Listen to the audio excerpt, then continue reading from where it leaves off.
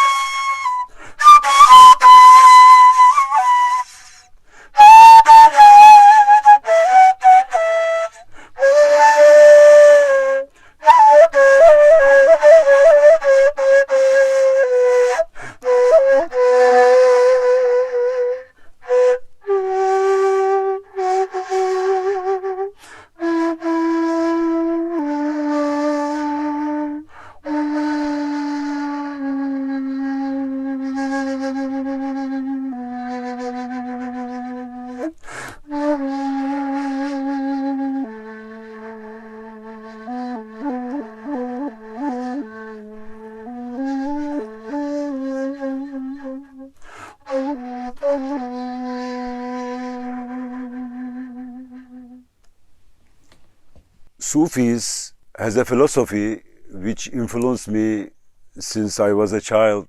God bless his soul. My father taught me about their philosophies. I mean, as life approach, how they look at the life. He told me that they say everything in the universe, the trees, the birds, the stones, the galaxies, but also all the prophets from Erdem, Abraham, Noah, Moses, Jesus, Muhammad, and everybody, all the prophets, and everything in the universe talks the one and only Lord. There is one mind that governs this, manifests itself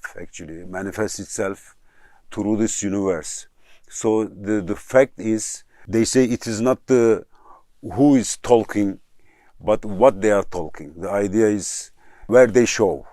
So they say message is important, more important than messenger, because all the messengers are giving the same message, which is the one and only Lord. There is one mind that manifests himself and enjoys watching himself through us, they say, we say, I say. So rather than focusing who is better than the other one, so instead, so where they show, which they show always, look your heart. If you look there, we are in the same place. All these different beliefs are actually, I like this metaphor, is exactly the same thing as one light goes through the prism and manifests itself with all different colors, green, blue, yellow, but in essence, it's one light. So same idea. If you focus to the what is this, rather than this is better or better, everything is okay, then you are in the right place with yourself, peace and harmony. So that's why I always say I find the peace in me and harmony around me all my life. I never regret anything. I never wish anything anymore. When I was young, I used to wish, I said this, but I realized very fast, whatever happened in my life, it was 100 times, at least 1,000 times better than what I was expecting. So, and then I said, hey, your vision is very little, so just leave it to do as it is. It's happening. Only thing you have to do is just be with yourself, discover this magnificent machine that God, life bestowed us, God gave us as a manifestation of Himself. Indian mystic and musician Hazrat Inayat Khan, as he says, we are His flute and He's playing through us.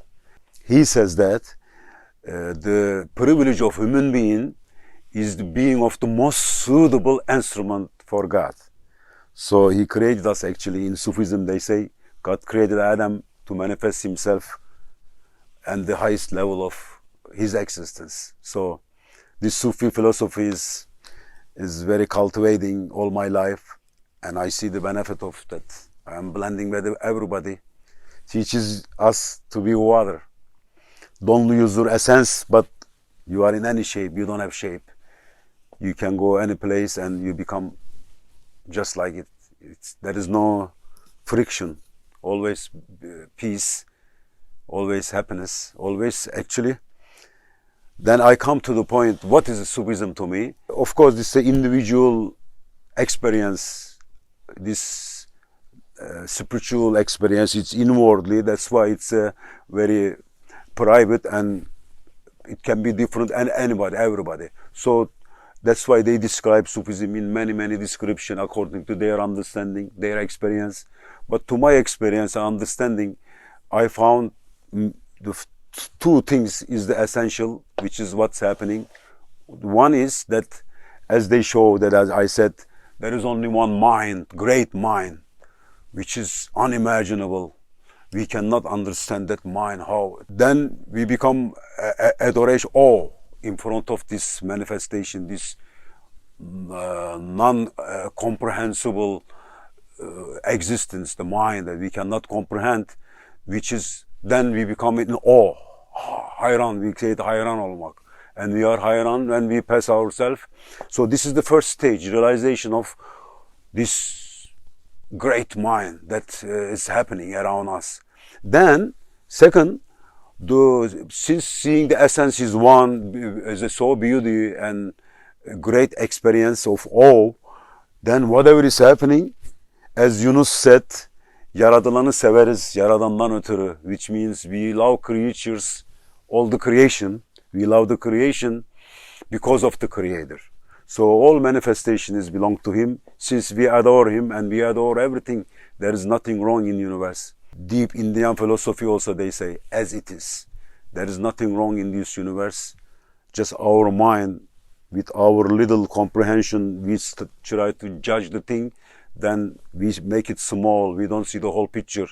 So then we don't surrender, we try to deal. But this way, we just surrender because this is already happening. You don't have to think, you don't have to think. You think after. First you lose yourself, then you think. But the worst thing is, philosophers they say, why we have to think? I say, yeah, we don't deny thinking. Thinking is belong to us. But you don't approach with thinking. First you have to look at empty. We look at it, send it to heart, absorb it. That's why they say, take a deep breath, think it what's going, let your body think it, what is impression also coming, let's settle it, then analyze. The other way, when if you go just by your thought, then you are just limited. We are limiting to whatever we see according to our capacity, our eyes, our ear, our accumulation of knowledge about that thing. So this is the safer way and then bigger way. There is also another great saint that Ibn Arabi, we call it Shaykhul Akbar, whom influenced many Sufis, great Sufis after him, which is Jalaluddin Rumi, Yunus, and everybody consider him Shaykhul Akbar.